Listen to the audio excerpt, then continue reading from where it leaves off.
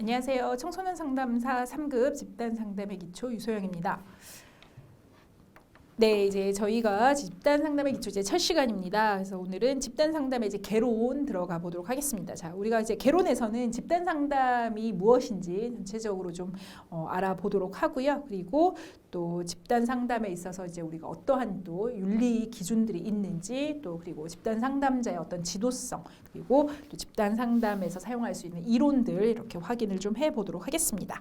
자, 그러면 우리가 시작을 하기 전에 먼저 그 집단이라는 의미 그리고 집단 상담이라는 의미를 먼저 좀 확인을 하고 가도록 하겠습니다. 자, 우리가 이제 집단이라고 표현을 할 때는 상호 의존적인 관계에서 사회적 상호작용을 통해서 서로가 영향을 주고받는 그러한 사람들의 관계인데 2명 이상의 어떤 독립적 그 개인들의 집합 이거를 우리가 집단이다 이렇게 표현을 합니다. 그래서 상호 어떤 의존적인 어떤 그런 관계를 가지고 있는 사람들의 어떤 그 모임이다.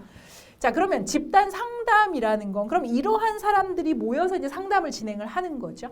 그래서 보통 우리가 집단 상담에서는 그래서 생활 그 과정에서 오는 그런 문제들을 좀 해결하고자 이렇게 많이 오게 되죠. 그래서 바람직한 어떤 성장, 발달 이런 것들을 위해서 전문적으로 어떤 훈련된 상담자의 그 지도 그리고 동료들과의 어떤 역동적인 상호 교류. 그리고 이제 역동적인 뭐 이런 이제 집단 역동 이런 표현들 이제 계속 나올 건데 이거 뒤에서 다시 좀 설명을 드리도록 할게요. 이런 걸 해서 각자가 가지고 있는 감정, 태도, 생각, 행동, 양식 이런 것들을 이제 탐색을 해야 해요. 내가 이런 사람이었구나 이런 것들을 알게 되고 이해를 하고 그러면서 나를 좀 더 향상시키는 어떤 이러한 과정이 이제 집단 상담입니다. 그래서 주로 어떤 생활 과정의 문제, 뭐 대인관계 문제라든지 어떤 나의 어떤 발달에 있어서 어떤 바람직한 방향 이런 것들이 주로 이제 집단 상담의 주제가 됩니다. 자, 그러면 이제 우리 이제 교재에 있는 내용을 이제 같이 보도록 하겠습니다. 자, 집단 상담의 정의는 자, 의식적 사고 행동 허용적인 현실에 초점을 뒀다. 자, 우리가 뭐 의식적으로 이제 사고하고 행동하죠. 그죠? 그 자리에 모였을 때. 그리고 허용적 현실. 내가 이 집단 상담의 장 안에서 내가 하는 어떤 말, 행동 이런 것들이 다 이제 받아들여지는 거예요. 물론 이제 뭐 여기서 굉장히 내가 이제 부정적인 어떤 남에게 피해를 주는 행동을 한다. 이런 것들은 당연히 받아들여지지 않죠. 허용적이 됐다라고 하는 얘기는 뭐냐면 내가 바깥에서 좀 뭔가 자신감이 좀 없어서 못했던 행동이라든가 뭔가 내가 그동안 어떻게 원활하게 하지 못했던 이런 것들 참아왔던 어떤 이런 것들을 내가 여기서는 자유롭게 좀 표현을 해볼 수 있고 표출할 수 있다라는 거죠. 그러면서 정화, 상호, 신뢰, 돌봄, 이해, 수용, 지지 이런 것들이 바로 집단 상담의 바로 치료적 기능들이 되겠습니다. 이런 것들이 있는 역동적인 상호 교류 과정이다. 자, 그래서 치료적 기능이라는 건 이 집단 상담이라고 하는 게 어떠한 그 치료를 가능하게 해주는 기능들이 있느냐. 바로 집단원들과 상담자가 하나의 어떤 작은 집단에서 사적 관심거리들을 서로 털어놓고 이야기하죠. 거기에서 바로 이러한 치료적 기능이 이제 만들어진다는 겁니다. 자, 그러면 집단원들은 어떤 사람이냐? 포괄적인 성격의 변화를 요할 정도로 심한 문제를 갖지 않은. 네, 이게 이제 중요한 거예요. 그래서 보통 우리가 얘기하는 이제 정상적인 개인들이다. 이제 이렇게 얘기를 합니다. 자, 그다음에 이제 네 번째 보시면은 이건 이제 일종의 집단 상담의 목표라고 볼 수가 있어요. 그래서 무엇을 우리는 집단 상담에서 목표로 두냐? 집단원들의 어떤 가치와 목표를 이해하고 수용 능력을 증대하고 새로운 태도와 행동을 학습하고 또 이미 학습한 것 중에서 바람직하지 못한 것들은 소거한다. 이런 것들을 위해서 집단에서 상호작용을 한다. 이것이 이제 일종의 집단 상담의 목표라고 볼 수가 있죠. 그래서 집단 상담은 경제성이 있어요. 왜냐하면 개인 상담을 하자면 아무래도 비용이 좀 비싸지만 다 같이 하다 보니까 조금 저렴하죠. 개인 상담에 비해서.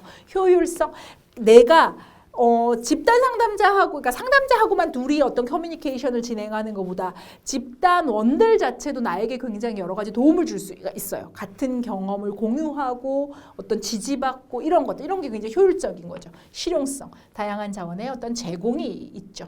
그리고 인간적 성장을 위한 환경이 제공이 되고요. 실생활에 축소판 기능. 내가 바깥에서 했던 어떠한 그러한 그 행동들, 느낌 이런 것들이 사실 이 집단 안에서 다 나타납니다. 그래서 실생활의 축소판이라고 얘기를 하죠. 문제 예방의 효과가 있고요. 상담에 대한 긍정적인 인식이 이제 확대될 수 있다라고 하는 그러한 강점을 가지고 있습니다. 자, 그러면 이제 여러분들 다음 집단 상담의 개념을 좀 보도록 할게요. 자, 먼저 이제 집단 상담의 대상, 앞에서도 말씀드렸지만 비교적 정상 범위의 어떤 그 적응 수준인 사람들이 대상이 될 수가 있습니다. 그래서 주된 문제들을 보면은 정상적 발달 과업의 문제들, 정상인의 태도와 행동의 변화가 바로 이제 그 주로 이제 그 집단 상담의 문제가 되죠. 자, 그럼 이제 상담자라고 하는 사람은 이제 어떤 사람이어야 하느냐? 자, 전문가로서라는 표현이 앞에 나와 있죠. 네, 당연히 이제 우리가 상담자는 전문적인 공부를 한 전문가죠. 그런데 개인 상담보다 훨씬 좀 더 전문적인 어떤 그런 경험들, 역량을 가지고 있어야 되는 게 집단 상담자입니다. 그래서 개인 상담에 대한 어떤 성공적인 경험도 있어야 되고요. 성격 역동, 집단 역동에 대한 이해도 있어야 되고 타인과의 의사소통, 그다음에 인간관계 형성 능력 이런 것들을 갖춘 훈련받은 전문가가 바로 상담자가 될 수가 있습니다. 그다음에 이제 상호 신뢰와 무조건적 수용이다라고 하는 게 바로 이 집단 상담에서 어떤 기본적인 어떤 그런 분위기다라고 보시면 돼요. 그래서 상담 집단의 분위기는 집단원 간의 상호 간 서로 있는 그대로 자신을 노출을 해요. 그리고 그런 것들이 또 발견이 돼야 됩니다. 그리고 자신의 느낌, 신념, 행동 이런 것들이 다 용납이 될 수 있어야 돼요. 그래서 내가 여기에서는 충분하게 수용이 될 수 있다라는 그러한 느낌을 가지고 나를 충분하게 표현을 할 수가 있어야죠.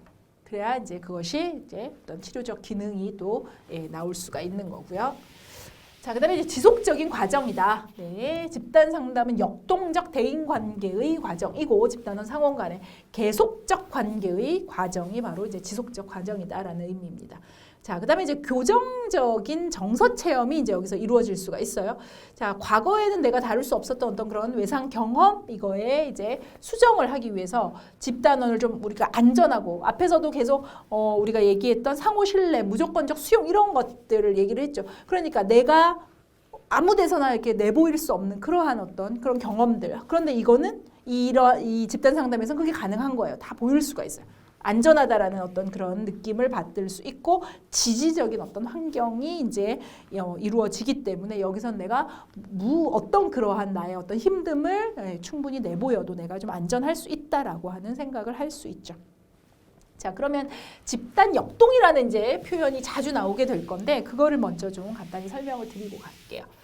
자, 집단 역동이라고 얘기를 하는 건 굉장히 사실은 이게 굉장히 이제 넓은 의미예요. 단지 딱 이거 하나가 집단 역동이다라고 표현하기 상당히 좀 어렵습니다. 그래서 집단 과정이다라고도 같은 의미로 쓸 수가 있어요. 그래서 이 안에는 많은 얘기가 들어있는데 집단과 구성원 간에 오고 가는 어떤 상호작용 이것도 집단 역동이 되고요.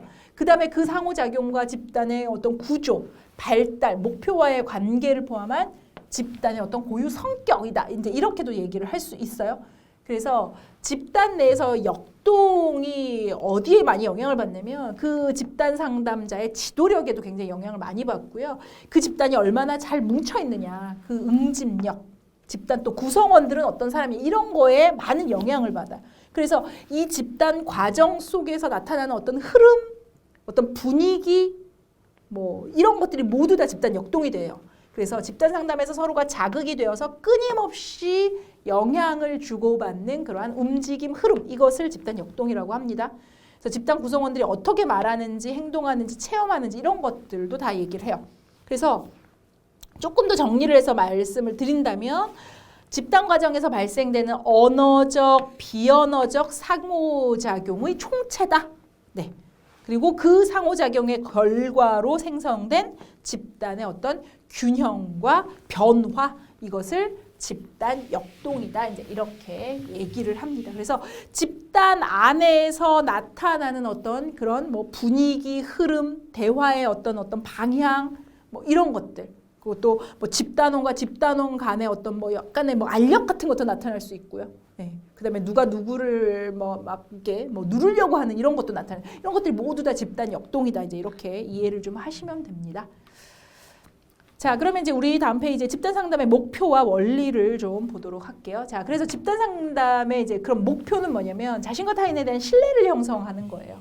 그리고 자신이 누구냐, 내가 도대체 내가 어떤 사람이냐 하는 자신에 대한 어떤 지식을 습득하고 정체성을 확립하는 게 하나의 목표가 또 됩니다. 두 번째 같은 경우에는 상담자가 사전에 좀 해야 될 일이라고 좀 보시는 게 좋을 것 같아요. 집단원에게 집단의 특성과 목적, 내용 이런 것들을 명확하게 이제 안내해야 되는 건 집단 상담자의 어떤 이제 역할이다. 인간의 욕구나 문제들의 공통성과 보편성을 인식을 하는 것도 하나의 목표가 또 되고요. 또 자기 수용, 자신감, 자기 존중감에 대한 증진, 자신에 대한 시각이 되는 거. 이것도 집단 상담의 목표입니다. 그래서 정상적인 발달 문제와 갈등을 해결하는 새로운 방식을 또 발견해내는 거, 또 자신과 타인에 대한 어떤 주도성, 자율성, 책임감 이런 것들을 높이는 것도 또 하나의 목표가 되고요. 또 자신의 결정에 대한 자각이나 또 지혜롭게 결정을 또 할 수 있는 그런 능력을 증진하는 것도 목표가 됩니다. 자, 8번도 일종의 또 집단 상담자가 또 사전에 좀 해야 될 일입니다. 집단 상담의 성과를 높이기 위해서 목표를 좀 더 구체적으로 좀 설정해 놓는 것도 이제 필요하죠. 효과적으로 사회적 기술을 학습하는 것도 집단 상담의 목표가 되고요. 또 타인의 욕구 감정에 대해서 내가 좀 더 민감해지는 거, 그 사람이 하는 어떤 반응들을 내가 좀 잘 캐치하는 거 이런 것도 목표가 되죠. 타인에 대한 배려, 염려를 바탕으로 한 어떤 직면의 기술을 또 습득하는 것도 목표가 됩니다. 또 타인의 기대에서 우리가 자꾸 부응을 한다 이러한 것들이 우리에게 굉장히 좀 스트레스, 그죠? 어떤 우리의 어떤 늘 그 어떤 행동에 대한 제한점으로 자꾸 작용을 하죠. 그래서 그런 거에서 좀 벗어나고 자신의 기대에 부응하는 방식 이런 것들을 좀 습득하게 하는 것도 집단 상담의 목표입니다. 가치관의 명료화, 가치관의 수정 여부, 그리고 수정 방식 이런 것들을 결정하는 것도 역시 집단 상담의 목표고요. 마지막 14번도 이제 비교적 정상 범죄에 속하는 사람을 대상으로 선정한다. 이것도 역시 이제 집단 상담자의 어떤 그 할 일이다 이렇게 보시면 될 것 같습니다. 그래서 밑에 이제 박스 보시면은요, 상담 목표를 설정할 때 우리가 이제 8번에서 상담의 그 목표를 구체적으로 설정해야 된다라고 나와 있죠. 자, 그럼 목표를 설정할 때 우리가 고려해야 되는 거, 이제 목표는 구체적이어야 됩니다. 그래야 우리가 그거를 실천을 할 수가 있는 어떤 동기가 부여가 됩니다. 구체적, 그럼 실현이 가능해야죠. 그리고 집단원이 본인이 원하는 목표를 설정해야 된다는 거, 그리고 상담자의 어떤 기술하고 이게 같이 병행이 될 수 있는 그러한 목표여야 된다. 자, 그러면 이제 다음 페이지로 넘어가 보도록 하겠습니다. 자, 집단 상담의 원리를 보도록 할게요. 자, 집단 상담의 이제 원리를 보시면 첫 번째는 이게 이제 여러분 번호 순서대로 쭉 이렇게 어떤 프로세스로 나가는 과정이라고 보시면 돼요. 첫 번째는 뭐냐면 중요한 게 나를 먼저 이해하는 거예요. 사실은 우리가 내가 도대체 어떤 사람이냐 이것도 사실 우리가 참 잘 모르죠. 그죠? 저도 마찬가지인 것 같고 여러분들도 아마 그러실 거예요. 그래서 일단은 나에 대한 명확한 이해가 사실은 첫 번째, 내가 뭔가 변화된다라고 하는 그 첫 번째 단계는 나에 대한 이해가 되는 거죠. 그래서 자신의 몸과 마음에 관한 모든 것을 사실 그대로 우리가 그죠? 긍정적이든 부정적이든 이걸 이해를 해야 되는 거죠. 그래서 자신에 대한 이해가 일단 이루어져야 그것이 우리가 다른 사람에 대한 이해로 넘어갈 수 있는 거죠. 자, 그럼 이 나를 이해했어요. 그럼 이제 어떻게 해요? 그런 나, 긍정적인 모습도 있고, 그죠? 우리는 긍정, 부정 모습을 다 가지고 있잖아요. 그런데 부정적인 모습이라고 해서 내가 아닌 건 아니잖아요. 그러니까 그 모든 것을 어떻게 돼? 이제는 내가 받아들여야 되는 거죠. 수용을 해야 되는 거죠. 그게 이제 두 번째 단계예요. 있는 그대로의 자신을 인정하고 받아들이는 거. 그러면서 더 나가면 이제 어떻게 돼요? 상대방과 모든 사람, 자연, 현상까지도 우리가 이제 수용을 하게 되는 거죠. 자, 나를 이제 어떻게 해서요? 이제 수용을 했어요. 그러고 나면 나를 이제 개방을 하는 거. 내가 이런 사람이다라고 하는 거를 사람들에게 보여줘야 되는 게 다음 단계인 거죠. 자신에 대한 이해와 수용을 통해 자신을 있는 그대로 나타내 보이는 거. 네, 그것이 뭐예요? 타인의 개방을 또 역시 촉진합니다. 내가 나를 보여줘야 다른 사람도 자신을 보여주게 되겠죠. 그죠? 그러면서 서로가 어때요? 이해의 폭이 커지는 거죠. 그렇게 되면 이해와 신뢰가 또 넓어지죠. 그러면 그것이 또 더 깊은 자기 개방을 또 하게 돼요. 네. 그런데 이 자기 개방은 초기부터 하는 건 좀 어려워요. 그죠? 우리가 어느 정도 라포 형성이라죠. 좀 친밀한 관계가 좀 이루어지고 해야 나를 오픈할 수 있는 거죠. 그러다 보니까 상담 중기 이후에 해야지 좀 효과적이다. 처음부터 막 자기 개방을 하도록 푸시한다. 그럼 이거 부담스러워서 못 나오죠. 그죠? 자, 이제 나를 개방했어요. 그러면 이제 어떻게 돼요? 나를 이제 주장을 할 수가 있어야 되는 거죠. 자기 주장.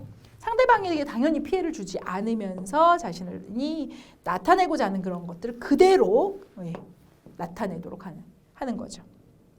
자, 그래서 자신의 인권을 포함한 권리와 의견 등을 보다 적극적으로 내가 그 어떤 나의 어떤 그 권리라든가 이런 것들을 내가 놓치면 안 되죠. 그런 것들을 내가 당당하게 주장을 할 수 있어야 되는 거죠. 그게 이제 4번째 단계가 됩니다. 자, 그다음에 이제 자기 평가가 되는 거죠. 자, 현실 속에서 자신의 행동을 의미 있는 기준에 맞춰서 이제 보게 되는 거예요.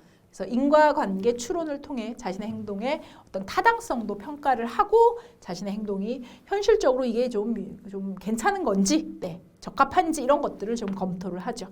이제 그 다음에 이제 자기 도전. 이거는 뭐냐? 자, 내가 이제 새롭게 뭔가를 학습을 했어요. 그죠? 뭐 사고, 감정, 뭐 이런 것들, 행동 다 이런 것들을 내가 한번 이제 시도를 하는 거예요. 해보지 않았던 것들을.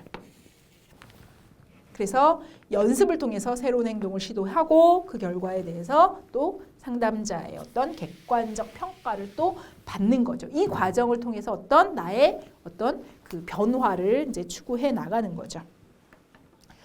자, 그다음에 이제 집단 상담의 특성을 보도록 하겠습니다. 네, 집단 상담의 이제 장점이라고 우리가 얘기를 할 때는 굉장히 편안하고 친밀감이 생긴다라고 하는 장점이 있어요. 대리 학습. 다른 사람이 하는 것들을 보면서 내가 그게 대신 학습이 또 되는 거죠. 그게 가능하고 또 구체적으로 실천할 수 있는 어떤 경험들을 내가 얻어갈 수가 있어요.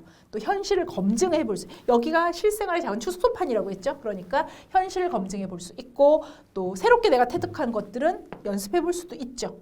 소속감, 연대감, 동료의식 이런 것들이 또 발전을 하죠. 새로운 대인관계를 비롯한 여러 가지 학습 경험도 쌓이고 또 상담자로서의 역할을 통해서 지도성이 이제 확대된다. 이거는 이제 우리가 그 안에서 내가 상담자의 사실 역할도 또 같이 병행이 또 돼요. 다른 사람들의 얘기를 또 들음으로써 거기에서 나의 경험들도 얘기해주고, 이러한 역할이 같이, 그러니까 이거는 상담자가 된다라고 하는 어떤 의미가 아니라 내가 그 안에서 상담자의 역할도 좀 해볼 수가 있는 거죠, 그죠? 이야기나 행동을 경청하고 또 관찰을 할 수 있는 어떤 그러한 능력도 개발이 되고, 그다음에 개인 상담에 비해서 아무래도 좀 우리가 비용이 좀 효율적이죠. 뭐 개인 상담에 응하도록 또 유도를 또 할 수가 있는 장점이 있습니다. 자, 그러면 단점도 있겠죠. 네, 문제를 좀 우리가 여기는 우리의 일상에서 좀 보편적으로 일어나는 그런 뭐 대인관계라든가 우리의 발달 문제 이런 것들이 주로 주제가 된다 그랬죠. 그러다 보니까 여기는 깊이 있는 문제를 다루기는 사실 집단 상담은 조금 한계가 있습니다. 그런 것들은 개인 상담에서 좀 다루는 게 좋고 현실 도피의 기회를 이 안에서 좀 제공을 할 수도 있다라는 단점이 있어요. 그리고 변화를 한다는 건 사실은 굉장히 참 우리가 쉬운 일은 아니에요. 그죠? 그거에 따른 어떤 부작용도 나타날 수가 있다는 거. 그리고 집단의 압력이 오히려 또 내가 집단에 대해서 저항감으로 또 만들어질 수도 있다라는 거. 또 비밀 보장이 사실 굉장히 중요한데 많은 사람이 같이 참여를 하다 보니까 아무래도 한계가 있을 수 있죠. 그거에 대해서 법적 문제라든지 사회적 문제가 또 발생할 수도 있다. 또 집단 상담자가 굉장히 전문성이 개인 상담자보다 훨씬 더 전문성이 높아야 되는데 전문성이 또 부족하게 된다라고 하면 그 집단 상담의 어떤 굉장히 참여가 또 의미가 없어질 수도 있는 거고 또 집단 상담자의 특정한 지도로 인해서 오히려 또 피해를 집단 상담자가 뭔가 자기가 목표로 한 뭐가 있다 그럼 그쪽으로 자꾸 방향을 끌고 간다라고 할 때 오히려 피해가 될 수도 있고 집단원에게 도움이 되더라도 훈련받지 않은 기법을 만약에 집단 상담자가 여기서 한번 내가 좀 테스트를 해보겠다 한번 여기서 시도해보겠다 이렇게 한다 그러면 이게 또 문제를 또 일으킬 수도 있습니다. 자, 그러면 이제 다음 페이지 여러분 집단 상담은 그럼 어떨 때 좀 우리가 필요하냐라고 좀 보면은요. 자, 다른 사람들을 보다 잘 이해하고 다른 사람이 자기를 어떻게 보느냐 뭐 이런 것들에 대해서 내가 좀 판단이 필요하다. 어떤 대인관계의 주제가 되는 거죠. 이럴 때 좀 필요하고요. 또 성격이나 생활 배경 등으로 보아서 다른 사람에 대한 배려, 존경심 이런 것들이 좀 필요하다 이 사람. 그럴 때도 이제 도움이 됩니다. 그다음에 다른 사람과의 대화를 포함한 사회화 기술 이런 것들 특히 이제 이 안이 작은 하나의 사회이기 때문에 사회화 기술을 습득하는 데 참 도움이 많이 되죠. 다른 사람과 유대감, 소속감, 또 뭐 협동심 이런 것들이 좀 필요하다라고 할 때도 집단 상담이 도움이 될 수가 있습니다. 그러니까 여러분들 이런 문제는 이제 보통 다음 중 집단 상담이 어울리지 않는 경우는 이렇게 해서 나올 수 있어요. 그래서 꼭 잘 이해를 하시면 되고, 그러니까 포커스는 그거예요. 일상의 문제에서 너무 크게 벗어나지 않고 이 사람의 주제가 너무 심각하지 않다라고 하는 거, 이런 것들이 이제 집단 상담의 주제가 될 수 있는 거죠.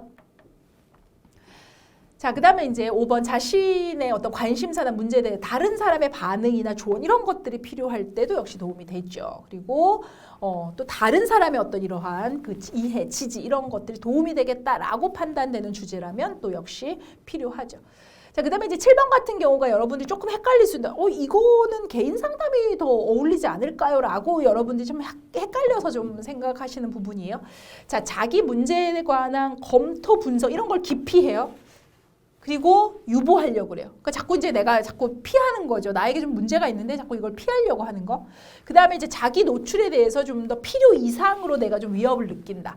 자, 이거가 집단 상담이 아니라 개인 상담에 더 어울리지 않나요? 라는 질문을 이제 가끔 하시는 경우가 있어요. 근데 이거는 우리가 좀 정상범주로 보는 것이 좋겠다. 네, 이거죠. 네.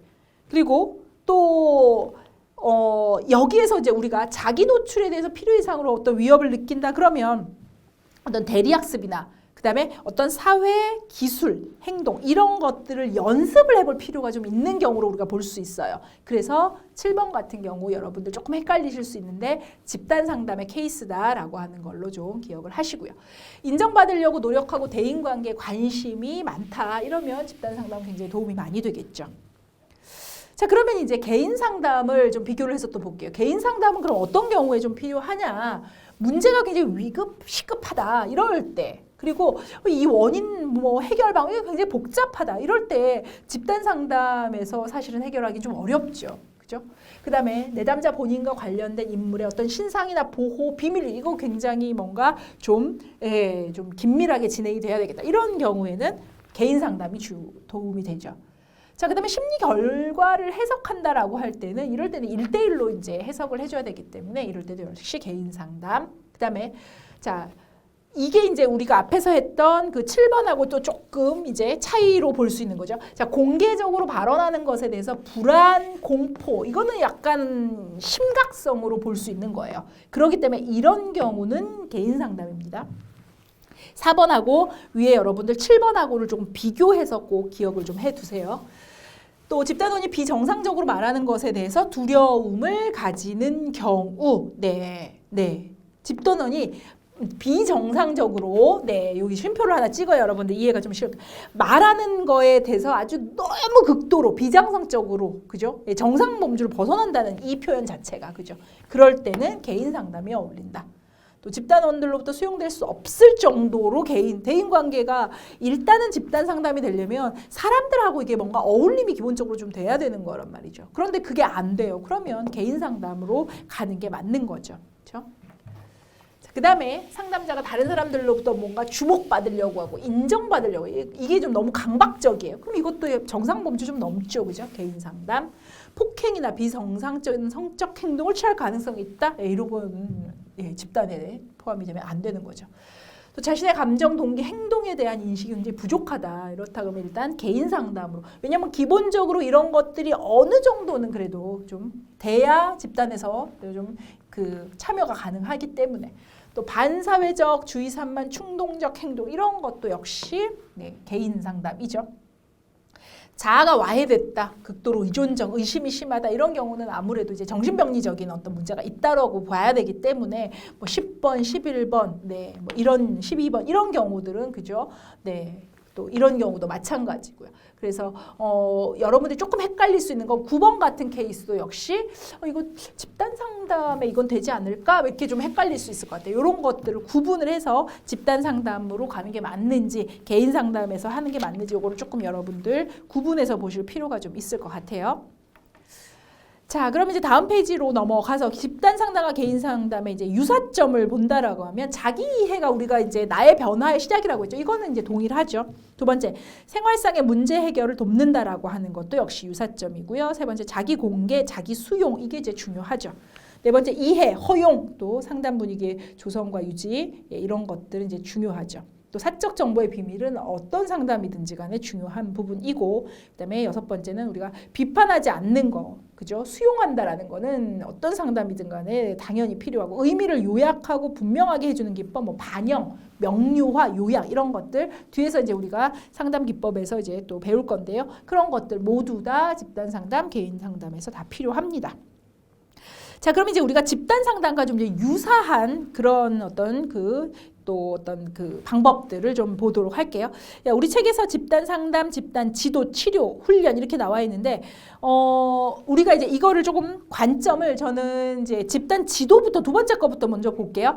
자, 어떤 교육의 관점에서부터 좀 더 심각성으로 개인적으로 이렇게 넘어간다라고 하는 차원에서 가장 교육적인 어떤 이러한 포커싱이 되어 있는 게 집단 지도라고 이제 보시면 될 것 같아요. 그러니까 약간 좀 어떤 강의를 많은 사람들을 놓고 좋은 얘기를 강의를 해주는 이러한 어떤 느낌이라고 보시면 돼요. 그래서 주로 학교에서 많이 이루어지죠. 정보 제공이 주로 목적이 돼요.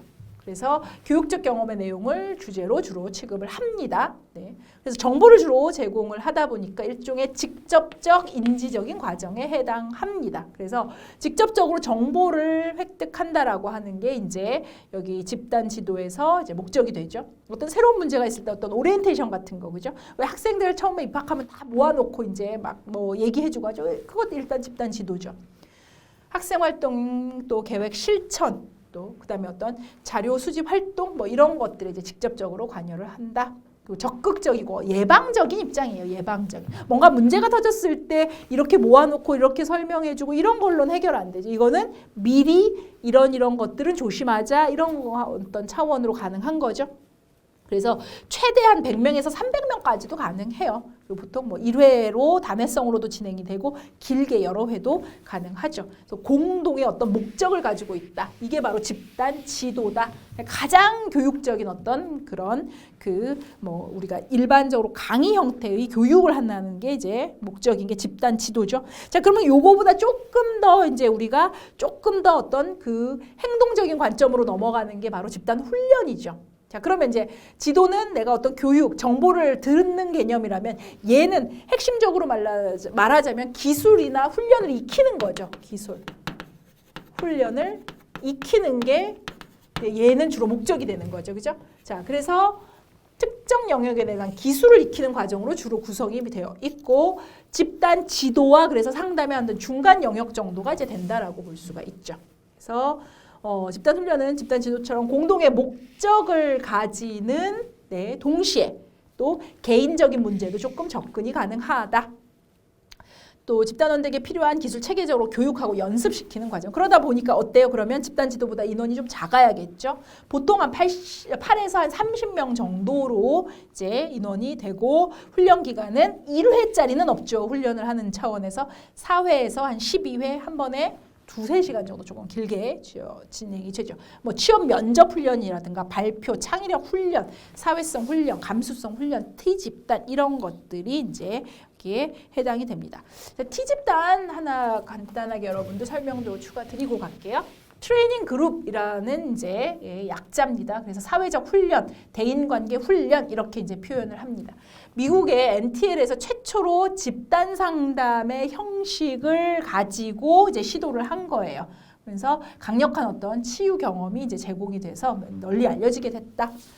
자, 지금 여기 이거를 이제 기본으로 해서 집단원이 집단 과정에 참여하고 자신의 목표를 정하고 서로 피드백을 주고 받고 집단 활동을 계획하고 관찰하고 분석하고 평가하는 이러한 직접적인 경험을 하게 됩니다. 그래서 주로 인간관계 형성 기술, 이런 것들, 또 집단 과정 이런 거에 대해서 이제 배우는 게 바로 T집단입니다. 그래서 집단원에 따라서는 치료 집단의 성격과 교육 집단의 성격을 가지고 있다. 자, 그러면 이제 그 다음 이제 다시 교재로 넘어와서요. 집단 상담이 이제 그 다음에 어떤 좀 단계가 되겠죠.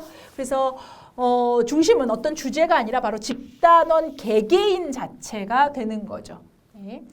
그러니까 앞에는 어떤 뭐 교육이라든가 훈련이라든가 이런 거가 이제 주제고 목적이었다면 상담부터는 개인 자체가 이제 중심이 되는 거죠. 그래서 개인의 행동 변화와 성장이 중심이 되고 정상적 발달적 문제를 우리가 주로 이제 취급한다라고 말씀을 드렸습니다. 자기 이해를 높이는 거, 태도 변화, 뭐 직업 선택과 관련해서 일어나기 쉬운 어떤 갈등 이런 것들도 취급을 하죠. 그래서 주로 개인적이고 정서적인 문제를 많이 다룹니다. 그래서 집단원들 간의 상호작용을 통해서 집단의 감정, 행동, 양식들을 탐색을 한다. 자, 그럼 얘는 이제 집단 훈련보다 조금 더 인원이 더 작아야 되겠죠. 그래서 보통 5에서 15명, 뭐 혹은 6에서 12명 뭐 이 정도로 되고 횟수는 5회에서 이제 25회 정도까지가 가능하다. 자, 그럼 이제 마지막으로 우리가 집단 그다음에 이제 치료가 있겠죠, 그죠? 집단 치료. 자, 상담보다 얘는 조금 더 이제 심각도가 높은 거죠, 그죠? 그래서 임상적으로 훈련된 전문가가 여기에서는 참여가 돼요. 그래서 정신적, 성격적 장애를 가지고 있는 집단원들의 교정 치료를 위해서 진행을 하는 겁니다. 그래서 주로 이제 무의식적 동기 이런 거에 관심을 갖고요. 또 주로 성격 장애 문제들을 이제 많이 다룬다. 그래서 무의식적 동기에 관심을 갖다 보니까 이제 우리가 이제 뭐 그 집단 상담 이론에서 이제 배우게 되겠지만 우리 어떤 그 무의식적 동기에 관심을 가지고 있을 때는 주로 과거에 많이 이제 포커싱이 되어 있습니다. 네, 이제 우리가 이제 뭐 프로이드 뭐 이런 사람들 이제 배우면서 또 다시 할 거예요. 보다 깊은 수준의 어떤 성격 구조의 변화에 관여하는 이제 과정이다. 또 현재 문제나 병을 해결하고 치료하는 이런 거에 이제 관심이 가져 있죠. 자, 그럼 이 집단은 훨씬 인원이 작아야 되겠죠, 그죠? 그래서 4명에서 한 8명 정도 상담 횟수는 훨씬 더 길어집니다. 50회까지 이렇게 진행이 될 수가 있다.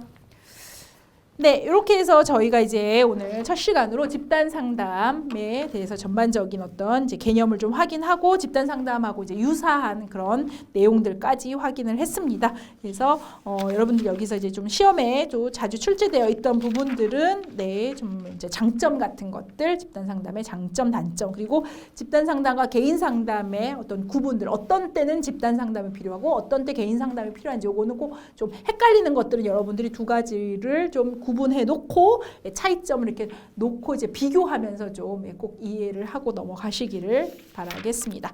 네, 다음 시간에 이제 집단 상담의 지도성부터 계속하도록 하겠습니다. 오늘 수업은 여기까지 마치겠습니다. 감사합니다.